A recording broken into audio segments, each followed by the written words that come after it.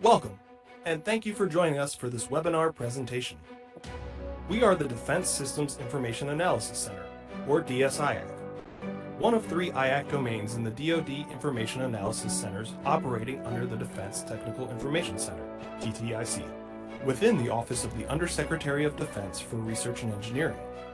Our informative webinar series highlights current and emerging research and technology developments.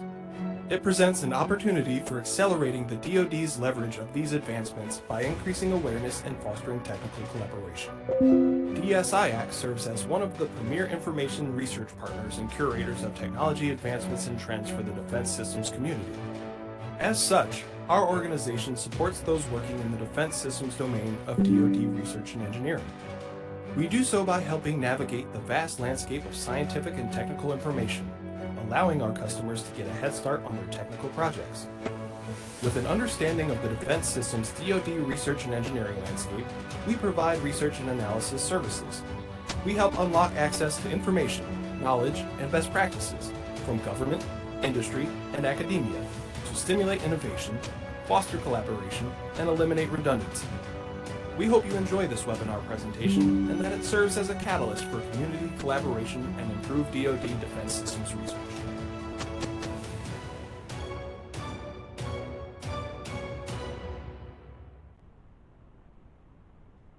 Good afternoon, everyone. Thank you for joining us for today's webinar on antenna systems for space applications. My name is Taylor Knight, and I am the technical lead for DSIAC, or Defense Systems Information Analysis Center, and I will be your host today. Before I hand the mic over, I'm going to go over a few housekeeping notes. If you experience any technical difficulties at any point, this is being recorded, so you'll be able to watch at your convenience on our YouTube channel.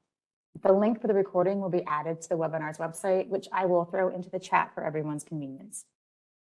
Also available on the website currently are the slides that are being presented today, so you can download them and follow along, or you can download them later on and view them at your convenience as well. So I'll throw that in the chat once I hand the mic over. Finally, if at any point you have questions during the presentation, please enter them in the Q&A section versus the chat. It'll just be easier to monitor. The Q&A section you can find by clicking, there's an ellipses in the bottom right corner. If you click on that, then you'll see a Q&A kind of pop up. Please enter your questions there. And we will go over questions at the conclusion of the slides, and our presenter will be happy to answer as many as we can fit in. So with that, I'm going to introduce Paolo Boccardi from NASA's Jet Propulsion Laboratory. He is the group lead for technology development at NASA JPL, California Institute of Technology. He's also the chair of the IEEE Antennas and Propagation Society chapter of the Coastal Los Angeles section. And he received his PhD in computer science and telecommunication engineering from the University of Florence, Italy in 2002. He has been at JPL with various responsibilities since 1999, working on a variety of R&D and flight projects, including SRTM, Aquarius, Juno, SMAP, Calvert, NISAR, Incus, and Veritas. Paolo's work is focused on analytical and numerical methods in electromagnetism for the analysis and design of RF circuits and antennas. And he's been leading the implementation of extremely complex and very detailed RF models capable of predicting the performance of large instruments with unprecedented accuracy. Currently, he's exploring how the latest additive manufacturing techniques can be used effectively for flight projects. He has authored and co-authored over 80 journal and conference publications, including 2 book chapters about reflector antennas. So he is very well versed in multiple topics. We're very excited to have him here with us today. So Paolo, if you can go ahead and pull up your slides to share, and then we'll get ready to hand the mic over. We are excited for I know it's going to be a riveting presentation, lots of great information, and I'm happy to hand it over to Paolo Boccardi. All right. Thank you, Taylor, for the introduction, and thank you to DSIAC for inviting me to give this presentation. It's a pleasure to be here. I'm going to start this presentation today from this picture. This is a picture of the JPL campus. in the foothills of Pasadena, in the middle of behind the JPL here on the hill. You can see the Mesa facility where we do most of our antenna testing, and you'll see some pictures from there in the presentation. So JPL is one of many NASA centers, as some of you might know. There are 3 NASA centers on the West Coast. JPL is near Pasadena in California. And JPL is unique in the sense that it's an FFRDC, which is a federally funded research and development center. So that means that we are funded by NASA, but we are employees of Caltech. So Caltech manages JPL for NASA. Currently, we are about 5,500 employees, and we run on a budget of about $2 billion a year, roughly. But anyway, so I think what best describes what we do at JPL is this slide. This is a summary, which is actually a little bit outdated now, but is a nice summary of all the missions that JPL is currently flying or that are in the making at the moment. Starting from very far away, you can see the 2 Voyager up in the left corner. We have missions on Jupiter. We have several missions out there between Jupiter and the asteroid belts. We have a lot of spacecrafts and rovers on Mars. We are planning 2 missions to Venus.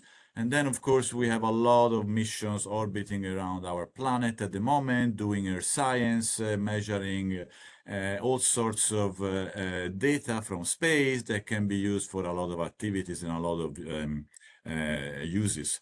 In particular, the one in the red circles are some of the projects that I contributed to. Back in the days, I did a little bit of development for Juno. Currently, I'm working on Veritas, and then I also contributed a little bit to the Cadre project that is going to go on the moon soon. And then there is a cover flying on the ISS, SMAP currently doing measurements of soil moisture from space. Incus is a project I'm currently working on, which will be launched in a couple of years. It's going to measure how hurricanes, how the water inside hurricanes evolves over time. And NISA is a collaboration with the Indian Space Research Organization, the Indian Space Agency, which is supposed to launch sometime in February, hopefully. So this is a big overview of what JPL is currently working on. In the next slide, I will cover some of the most interesting projects that JPL has worked on from an antenna perspective. Those projects that had, the most peculiar antennas. And I'm going to start from Voyager, which to me is one of the most interesting spacecraft because it was one of the first one and is the longest working satellite that we ever launched.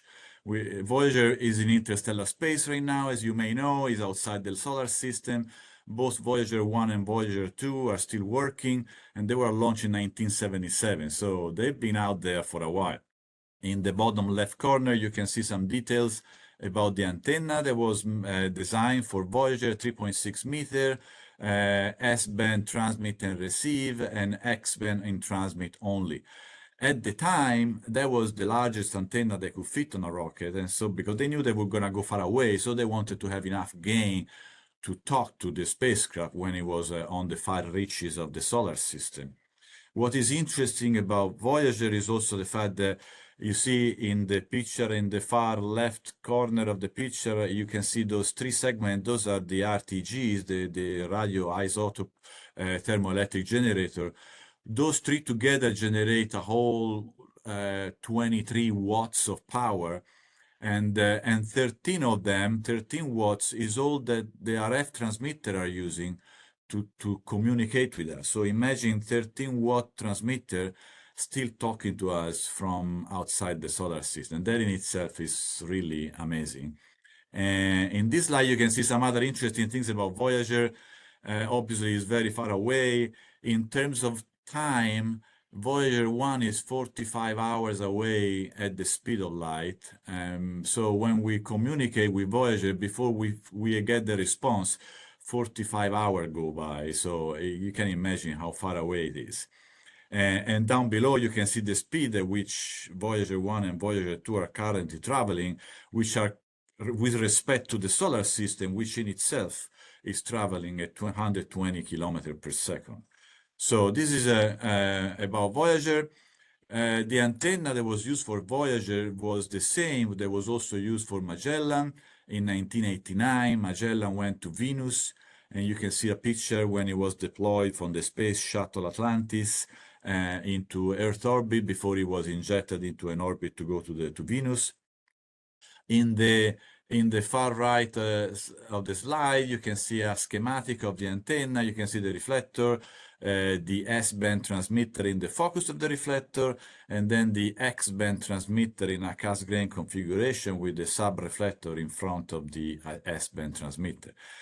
So it was a relatively simple configuration, but what is interesting about Magellan is that the antenna that for Voyager was just a telecom antenna, for the first time for Magellan was used as a synthetic aperture radar, as an altimeter, and also as a radiometer. And in particular, as a synthetic aperture radar, the antenna was used to map the surface of Venus and for the first time see what's hidden under the clouds around Venus. And also the same process that was used to calculate the surface of Venus was then later used for the SRTM mission, which I'm going to talk about in a minute. And then after Magellan, also in 1989, we launched Galileo.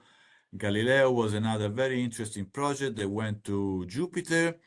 Galileo, for the first time, they tried to use a very large mesh deployable reflector. In this case, this antenna was 4.7 meter, and it was at two frequency, S-band and X-band, both in transmit and receive, and the mesh was a 10 OPI mesh. This design it was a typical umbrella kind of design. You can see a couple of pictures here with the fully deployed antenna and the partially deployed antenna in the Mesa at JPL when we were doing, at the time, antenna testing. And then in the picture on to the right, you can see the entire spacecraft. We can compare to the people in the clean room. You can see how big the spacecraft was. And the far right, you can see the schematic of the antenna was somewhat similar to the same concept as Voyager and Magellan. It was just a little more complicated because X-band was also transmit and receive. Unfortunately, the antenna never opened once it was in space. So it didn't work, unfortunately. The deployment didn't work. It remained in a configuration similar to what you see in the middle picture here. And so the entire mission was essentially carried on with the low gain antenna that were mounted on top of the central stage of the main reflector. Here you can see a picture of the Shuttle Atlantis launching Galileo in 1989, and another picture of the inertial upper stage that was used to put it into the right path to go to Jupiter. After Galileo, we did Cassini. Cassini went to Saturn in 1997.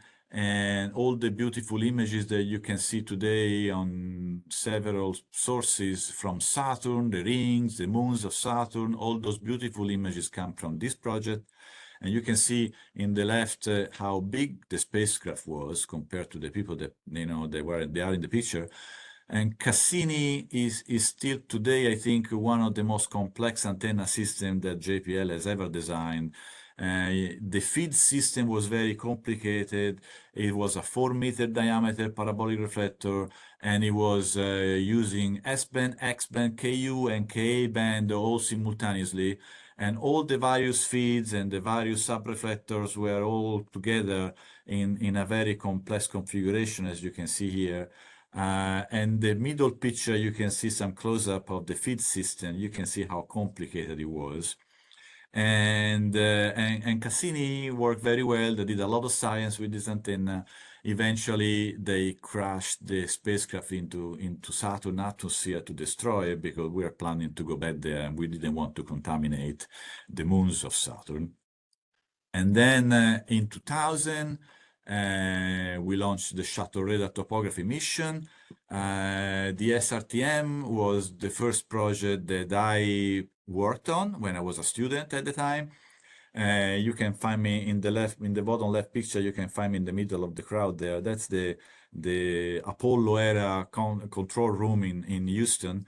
And then on the bottom right, you can see the astronauts talking to a guy in the clean room, describing the canister that was holding the receiver antenna. The big antenna vertical in the picture is the antenna that was mounted on the bay of the shuttle.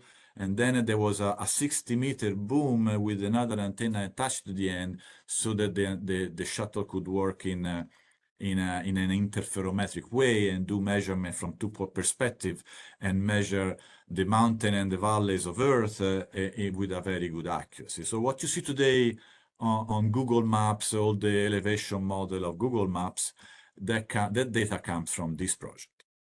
In these pictures here, you can see some more details about the antennas that were mounted at the end of the 60-meter boom. You can see on the top right picture the long 60-meter boom deployed.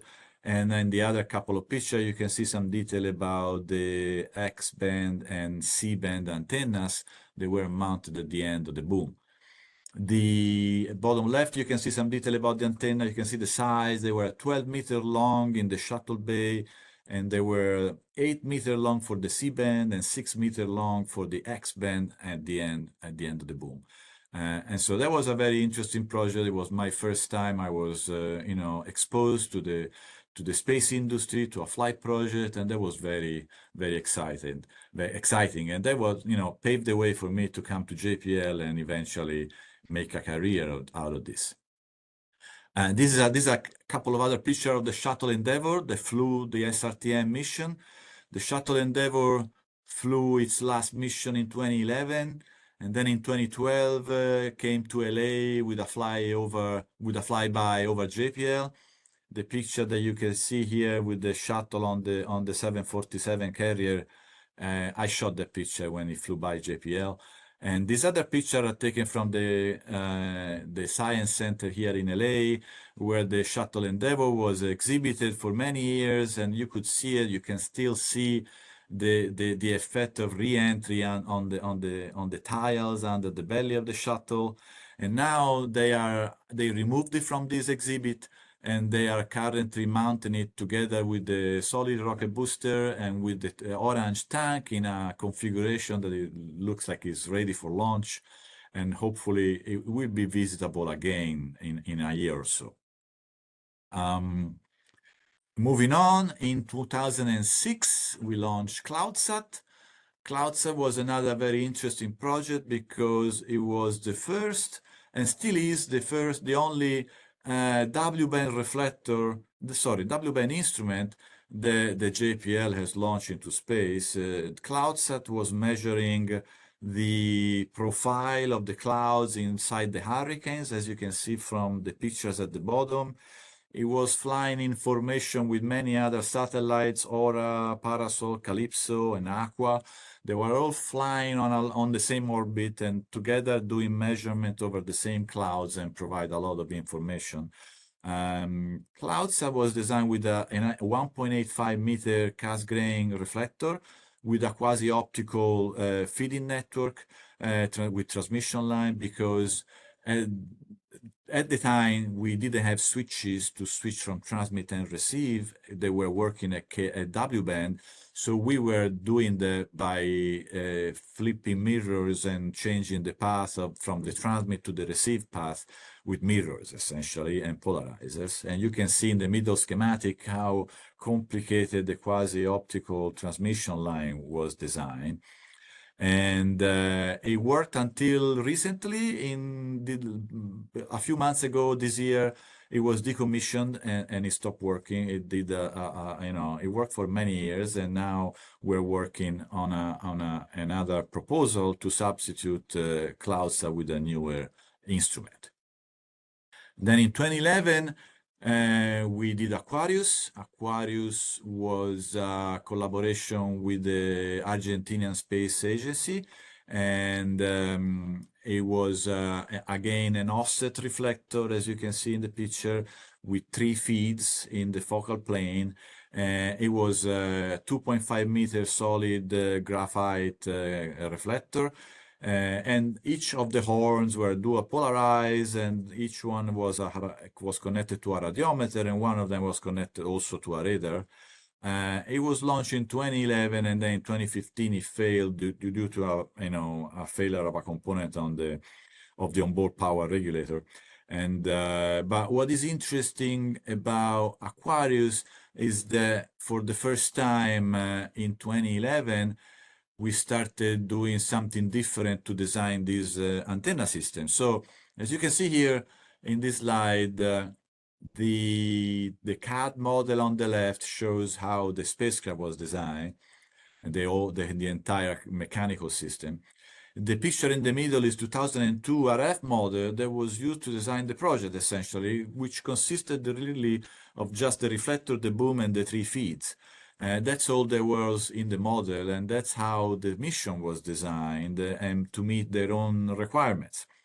Then in 2011, when it was just about to start to be launched, we started working on a higher fidelity model, as you can see in the picture to the right. And so you can see that we added not just the feed, the boom, and the reflector, but we added the rest of the spacecraft, the solar panels, all the other instruments, and everything else. So for the first time, we had the capability and the tools to do that kind of modeling, because until then, it was just not possible to run such a complex computer model. And here you can see in these pictures some calculation made with the computer, where you can see the hottest area obviously are around the feed, and the rest of the spacecraft wasn't really very hot, actually, in this particular case, because it's an offset configuration. Then you can see another picture of the entire spacecraft in the complete configuration to the right. And then another thing that was interesting that we did for Aquarius, that also paved the way for another project later on, was that we also made a scale model. We did a 1:10 scale model, as you can see in these images, that was tested up in the cylindrical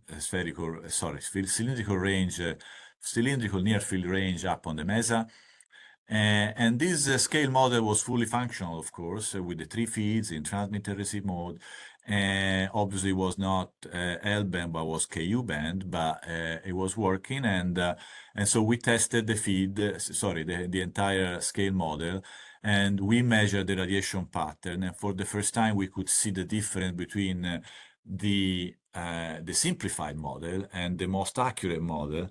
In particular, in the top left picture, you can see that the blue is the complete model, the green is just a reflector model, and the measured data is the red. And you can see there is the complete model actually agrees better with the measurement than the simple model, of course. The difference wasn't great. The main beam was pretty much accurate anyway, so we still met all the requirements for the project. The project was a success, but that paved the way for future mission to do this kind of modeling in a more accurate way and to get more accurate radiation patterns out of computer modeling. Then came SMAP in 2015. SMAP was the first for many reasons. It was the first deployable mesh reflector that we flew after the failure of Galileo. It was also the first spinning reflector, and by spinning, you'll see what I mean in a video in a moment, because that was the first time where we were launching a spinning instrument with a mesh reflector. And SMAP was launched in 2015 from Vandenberg. It was a 6-meter mesh deployable reflector, Northrop Grumman design. It was pointed 35.5 degrees off of nadir. and it spins at about 14.6 RPM. This is a picture of the spacecraft with the stowed reflector in the background. These are some other pictures that we took just before delivery to Vandenberg, and to the right, you can see the spacecraft mounted on top of the rocket, ready for launch, just before they closed the fairing. And these are some pictures of the launch when it happened on January 31st, 2015 at 6:23 in the morning. And this is a video that shows some highlights of the project, and now you will understand when I say spinning what I mean. These are all the things that you can measure with the data, you can calculate with the data measured from SMAP. And this is the launch of another rocket, but from the same pad that we use for SMAP. When we launched, actually, it was night, but it was the same rocket. And here's an animation that shows how the deployment happened. And you see the spacecraft coming out of the fairing. Then there is the separation from the upper stage. And then at this point, we open the solar panel so that we can power the spacecraft. And so we can turn on all the subsystems. And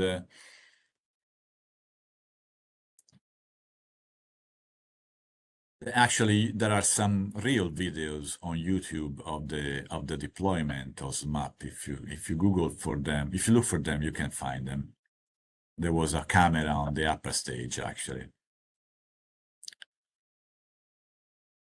And then after the solar panel were deployed, we released the boom with the reflector, and then we deployed the boom until it was fully deployed. So obviously, all of these in the movie is sort of accelerated, but it took many weeks to do all the deployments. And then eventually the reflector was open and fully deployed. So you can see how the structure of the reflector slowly opens up, and it tension and puts the mesh in tension to form the parabolic shape.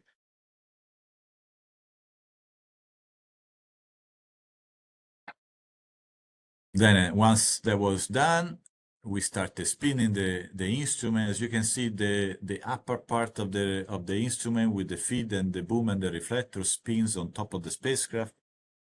At first, each one of them spin in opposite direction, but then of course it's stabilized by the attitude control, and then we start flying straight, and then the antenna start working. And the reason we do that is such that with a high gain beam, we can draw circles on the ground as we fly, and therefore we can cover a wider area on the ground and get data, collect data from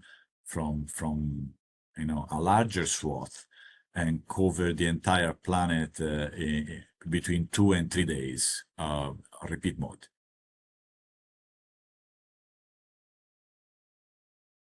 So that's how the instrument works, and it's still flying and still operating. The radar, unfortunately, failed a couple of months after launch. The radiometer is still operational, and it's still flying. So here's some more detail about the design of the SMAP. On the left, you can see the CAD model. To the right, you can see the RF model that we use for the antenna simulation. You can see how detailed it is. We added all the subsystems, all the details of the reflector, of the truss, of the boom, and the feed, and everything. We also simulated the performance of the feed when the reflector was stowed, because we needed that for calibrating the radiometer when it's pointed out in the cold space. And that's a picture of the feed, which is an L-band feed, which is about 0.5 meter diameter and 1.2 meter long. And this is the model of the feed, and you can see a cross-section here with the details inside. There's an axially corrugated horn with an OMT, and then 2 different waveguide to coax adapter for the 2 different polarizations. This is a picture of the reflector, the 6-meter reflector deployed in the clean room here at JPL. And there were a few imperfections in this reflector that were taken into account in our modeling also. And then to validate our requirement, to meet our requirement, we did 3 different kind of modeling. We did, on the left, we did a model of the flight system as it was supposed to fly in space. In the middle, we did a model of a scale model, which we also fabricated similar to Aquarius. We also, for SMAP, we made a scale model and we measured that. And we made an RF model of the scale model. And then we also made another model with a different tool so that we could compare 2 different computer tools to see if they were giving the same answer to make sure we're on the right track. These are pictures of the scale model, again, 1 to 10 scale model. So the reflector in this case, 60 centimeter instead of 6 meter. Again, it was a fully functional scale model. And this is the model of the scale model, as I said. And then this is the feed of the scale model, which is a picture of the actual little feed. It was very nicely done. And these are the first measurements that we did of the return loss of the scale model feed. That at the time was the first data that we measured before we actually built the flight unit. And so, as you can see a comparison here between measurements and calculation from our modeling. And so, when we got this data, we were happy because at that point we knew that our modeling was really on top of things, and we were really accurate. So we had the green light to move on and fabricate the actual flight units. And this is an interesting series of plots. You can see how, starting from the radiation pattern of the feed, what you're looking in the middle is the projection of the radiation pattern of the feed into a full sphere. As you add more detail to the model, you can see how the radiation pattern changes. First, you have the feed pointed in a certain direction. The green blob is the main beam of the feed, of course. And then when you add the spacecraft with the solar panel and the boom to the model, you can see how the radiation patterns get disturbed. You start seeing ripples, which are generated by the scattering of the boom mostly here. And then when you add the truss around the reflector, you can see a higher level of ripples generated by the truss. Then the moment you add the reflector in the model, you can see where the feed was pointed. Now you're left with a sort of a donut, which is the spillover of the feed around the reflector. And then now you have in the middle, you have the red dot, which is the main beam generated by the reflector. Then there is an extra layer that you can add on top of this, which is a double reflection from the spacecraft back into the reflector, which adds another little layer of little ripples.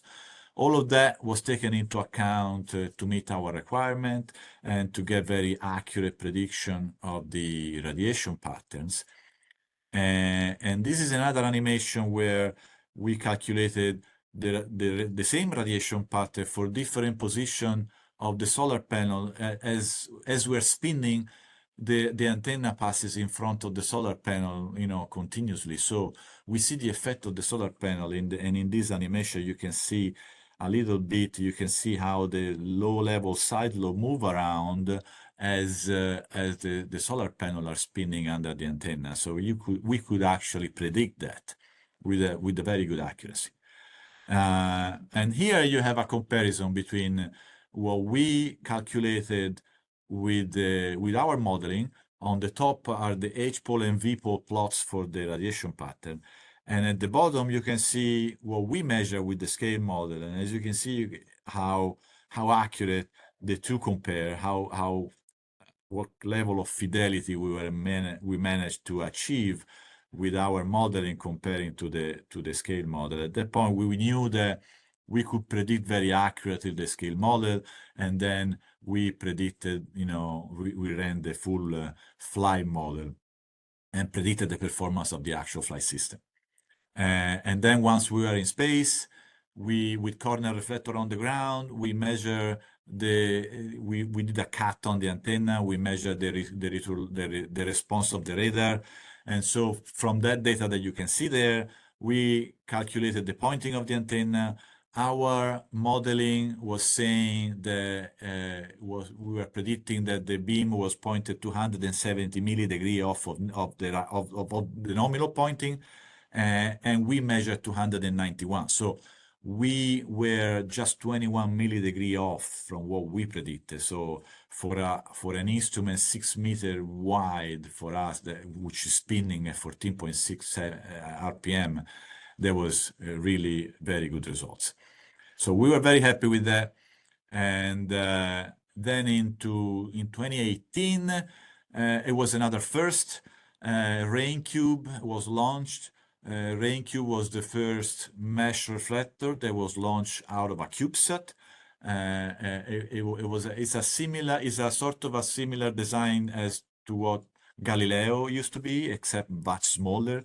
RainCube was only half a meter big and working in Ka band.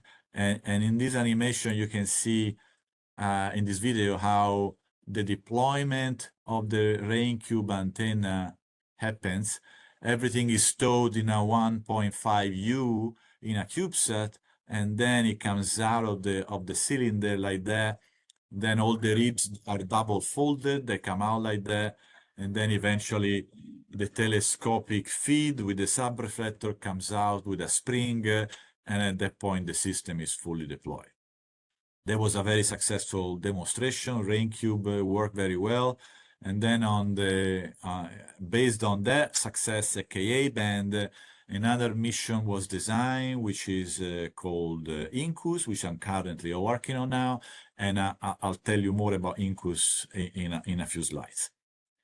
After RainCube, again in 2018, we also launched another CubeSat, which was also another first. It was Marco.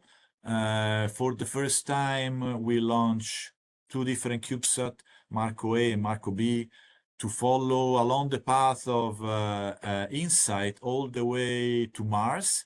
Because when InSight was supposed to do EDL, entry, descent, and landing, MRO, the orbiter, was not in sight, so we could not the live feed of the entry, descent, and landing of InSight from MRO directly. And so we wanted to know sooner rather than later what happened to InSight. And so we launched Marco A and Marco B to follow InSight all the way there and act as a relay of the transmission. So InSight was communicating with UHF to Marco A and Marco B, and the 2 CubeSats were communicating direct to Earth in X-band with the deployable reflector rays that you can see in the pictures. They worked very well. They were a success, and so that paved the way to other missions. They used reflector ray. One in particular is SWAT, that is flying right now and is using 5 meter big reflector rays similar to the one that you can see here. And then in 2021, we also launched COVER. COVER means Compact Ocean Wind Vector Radiometer. Is a radiometer that measures the wind speed of the ocean. Again, sorry, let me go back. I wanna, you to notice the instrument is behind us in the middle picture. It's a very small instrument, 75 centimeter diameter. So a small instrument, but you can see the size, and later on when I show you some video, you can correlate the size of the instrument with the size of the ISS, the International Space Station. We took the feed, we modeled the reflector. We did a sort of simplified model with just the feed and the struts. Then eventually we modeled the entire instrument. These are some of the pictures from when we done measurements in the anechoic chamber at JPL with the fly unit. And these again are comparison between measured and calculated results. You can see a plus minus 60 degree plot, and also a detail of the main beam in the plus minus 10 degree plots for calculated and measured. You can see how the copole and cross-pole correlates very well between each other. And these are results for H-pole at 18 gigahertz. And then we have results at 23 gigahertz and also at 33 gigahertz. It was a three-band instrument. And in all of these plots, you can see how accurately the radiation patterns were predicted, which is very important for a radiometer because otherwise you really don't know what you're measuring. Initially, COVER was supposed to fly on an Air Force satellite that looked like this one.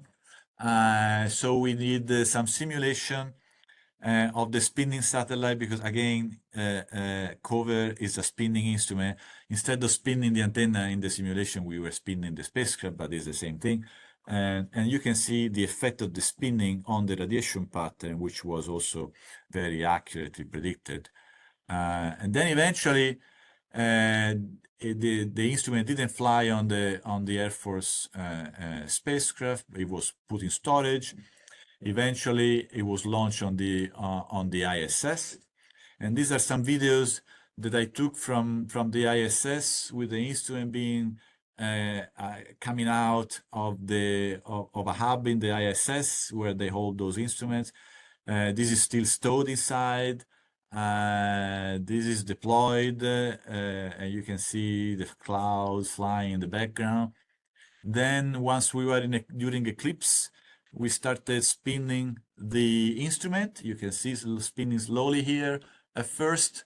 And then eventually we ramp up the speed. And once we got out of eclipse, we were just a sunrise out of eclipse. And we were spinning at full speed at this point. And we started testing the antenna, and it's still out there. It's on the ISS still, working and measuring wind speed over the ocean with the instrument. Eventually, unfortunately, once the mission is over, they will let it go. They will jettison it, and it will come down and disintegrate. It's a shame, but they need to replace those instruments every once in a while. This is another little video as it's flying over our planet. And then came NISR.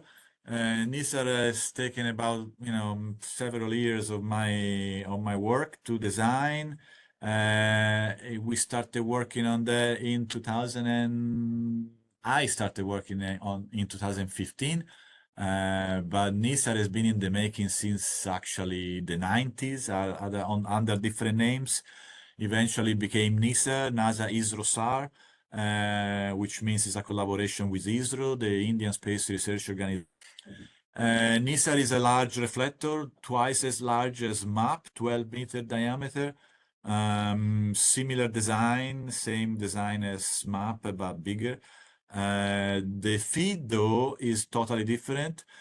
You can see in this picture on the top deck of the spacecraft, you can see 6 tiles, 6 white tiles. Those are the feed for the reflector.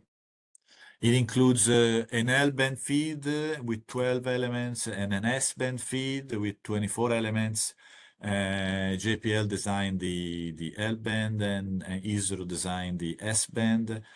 And every 12 days, it will pass over the same spot on the ground and will measure, essentially with this instrument, we will measure everything that moves on the ground, either because of landslides or ground movements or glacier movement or deforestation or earthquakes or anything of that sort. With about, the goal is about 1 millimeter resolution from space, so on a global scale. So imagine how much data NISR will produce. And these are some pictures of the stowed and deployed configuration of the entire observatory. And this is a video made by the Indian Space Research Organization that shows the highlights of the NISR mission, starting from the launch with the Indian rocket, and then you can see how it deploys in space and how it works.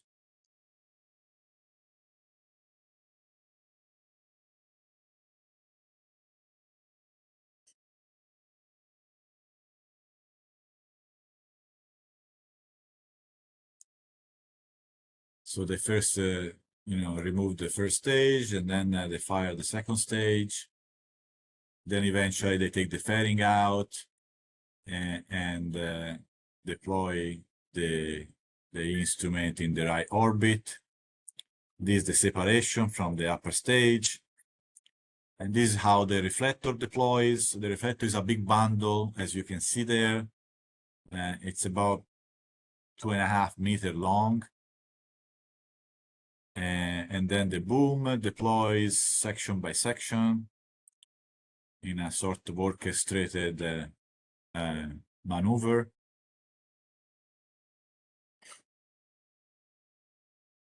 And eventually the reflector is released and then is stretched all the way out. And at that point, it becomes stretched and operational. It will fly both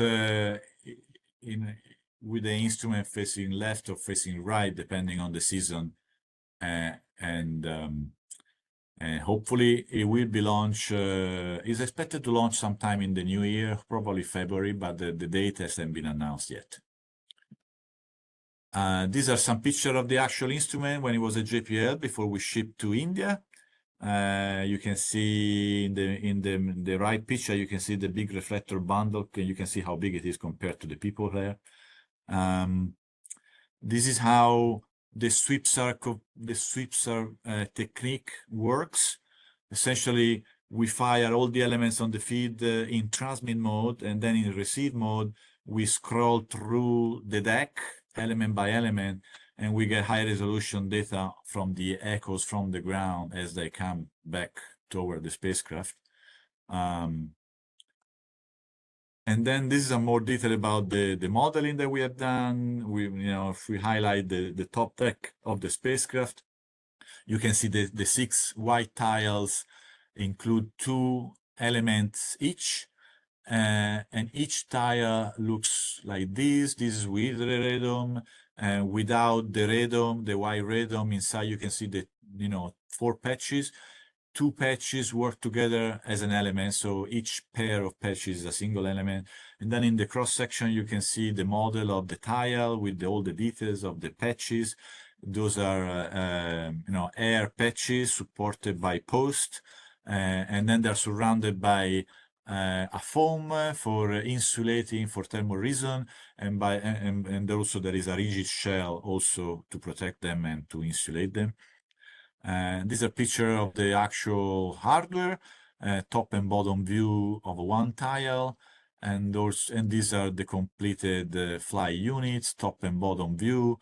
At the bottom, you can see the heaters applied all around the tile, because we need to prevent the tile from getting too cold, because otherwise we could emit some of the stability requirement for the radar processing.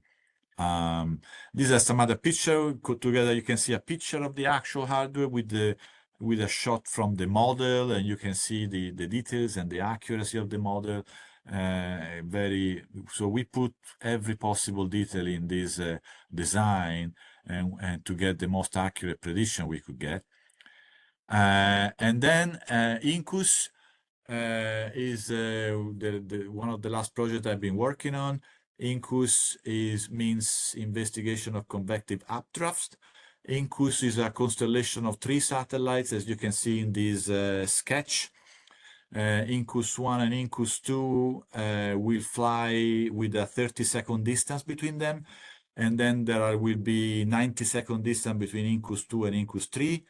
And they all have a radar, a Ka-band radar on them, with a 1.6 meter deployable mesh reflector. These are small spacecraft. They're not big like NISA. These are, microwave kind of size spacecraft, so medium-sized spacecraft. And then the middle spacecraft, as you can see in the picture there, also has a radiometer, which has a wider beam, and together they will the 3 radar will make a time lapse of how water moves inside the clouds in the hurricane areas of our planet. And so we can, for the first time, we will be able to see how water moves inside the hurricane and how we can improve our modeling of those movements so that we can have better weather prediction when there is a hurricane approaching. Here you can see on the right a CAD model of the spacecraft with the reflector and the feed. And on the left you can see some pictures of the Catena design provided by Tendeg, stowed, deployed, and also there is another picture of a 3-meter antenna with a similar geometry. The feed, as I said, the mesh reflector is designed by Tendeg. The feed is designed at JPL. For the first time, we made a feed with a hybrid process, which includes a 3D printing of the model. As you can see in this picture, these are all 3D printed model. The top left is the 3D printed model which is made of plastic, and the middle ones are made of aluminum actually. So we 3D print the model in a wax, and then we use the wax in a cast system. So we do casting, and then we pour liquid aluminum in it, and we make a one piece out of the casting.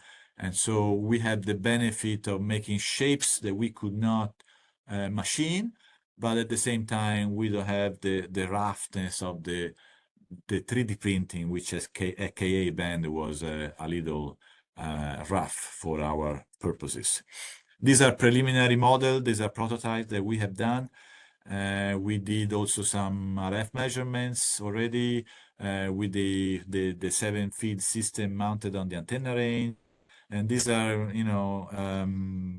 cuts of the radiation pattern, 0, 45, 90, 135 degree cuts of one element of the feed. You can see how we match measurement versus calculation again, and with our modeling. And then during the development, we improved the design. What you see here is the latest version of the design, which is what we're building now. We actually made already a prototype of this design, and this is what we're going to fly. So it's going to look like this, and we are in the process of building the fly hardware now. This is going to have slightly different performance, which you see at the top plot here, compared to the previous version.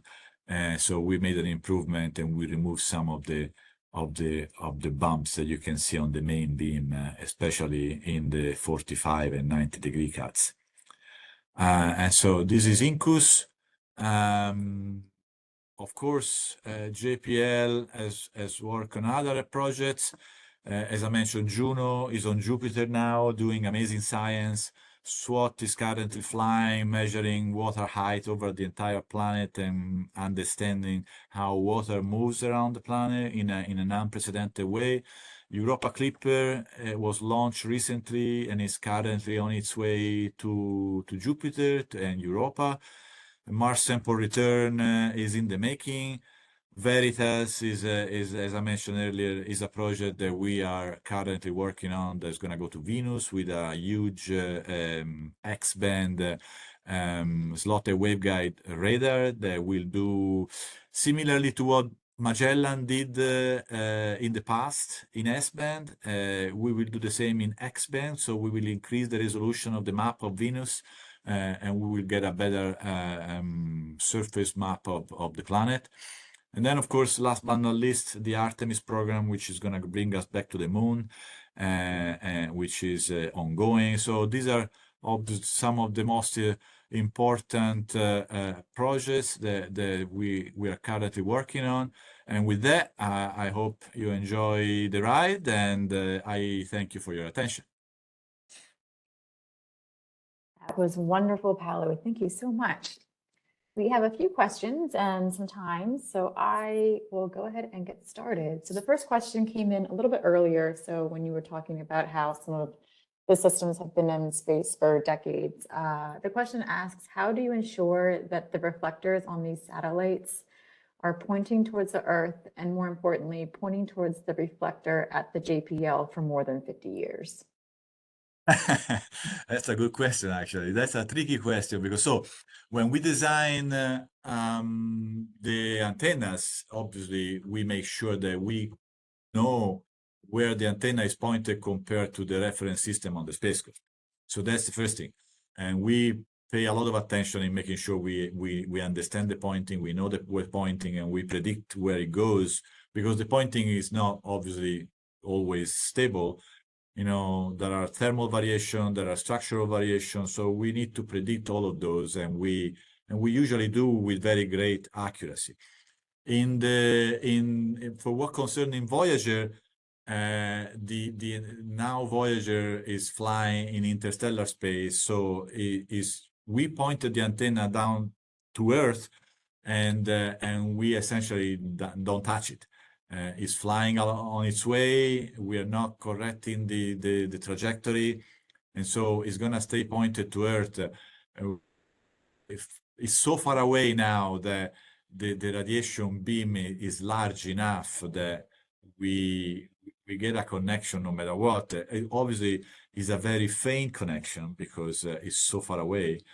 Over the 45 plus years of Voyager life, since we couldn't touch the antenna on the spacecraft, but we could touch the antennas on the ground, the DSN has seen amazing improvement in sensitivity and in reliability. So lately in Spain, they tested a new way of communicating with Voyager. They array together, I don't remember how many of the 34-meter reflector on the ground to simulate a larger antenna to get better signal to noise with Voyager and to be able to still communicate. So that's how we do it. Great. Next question is, was the Google terrain measurement process one-off or is it continuous, possibly to record the change in terrain? I'm sorry, can you repeat that, please? Sure. I think this was about halfway through the presentation. I don't remember which slide I was referring to, but the question is, was the Google terrain measurement process a one-off or is it continuous? There was a SRTM mission that measured the surface of Earth. That was done in 2000, and it was a one-off. The mission lasted 11 days. They measure all the surface between plus minus 60 degrees of latitude. They couldn't measure the pole because they couldn't reach it with the orbit. So that's a baseline, and that data has been used ever since for many mapping. There were two sets of data. There was a high resolution data that was handled by the military, and there was a lower resolution that was for civil application. The civil application data is still used by Google Maps. After SRTM, there have been many other missions flying around and measure parts of Earth with higher resolution, but never on a global scale. So the global data is still SRTM. There are areas with higher resolution which are available, but not on a global scale. And then in terms of optical images, obviously when you go on Google Maps, you see the images of not just the terrain. Those images are updated regularly because there are cameras flying around us that they keep pictures on a daily basis. So those are updated constantly. Thank you. What is the weight of the SMAP 1/10 scale model and power requirements? Could the fully functional scale model be platform mounted? So the weight, it was probably, I don't know, maybe about 10 pounds, something like that. It was not very heavy. The spacecraft and the solar panel were made of plastic, and then they were painted with a conductive paint. The only metal piece were the boom, the reflector, and the feed. So it wasn't much. And the requirements were pretty much the same of the fly unit, except they were scaled down 10 times. So we tried to make it as close as possible to the fly unit. So because we wanted to make sure that whatever data we were measuring with the scale model were, applicable to the fly unit. So the requirements were very tight. Thank you. And we have one more question. How many stow and open cycles are performed during operation for the stowable reflectors? That's a good question. That depends. Depends on the size, depends on the complexity of the deployment. For instance, for Incus, I can tell that we made a development unit before the flight units, which we deployed 9 times and tested it 9 times. And then the flight units will not be deployed and stored that many times. They will only deploy 2 or 3 times, depending on the units, because there are 3 flight units. So usually you don't want to exercise the flight units too much before you launch them. You want to make sure they are in pristine configuration when they go to space. But before you do the flight unit, you do a lot of testing, that's for sure. Yeah. Thank you. That is all the questions that I see. So we're going to go ahead and end it there. If anybody else has any questions, I'm sure Paolo would love to hear from you. You can see his email address on this last slide.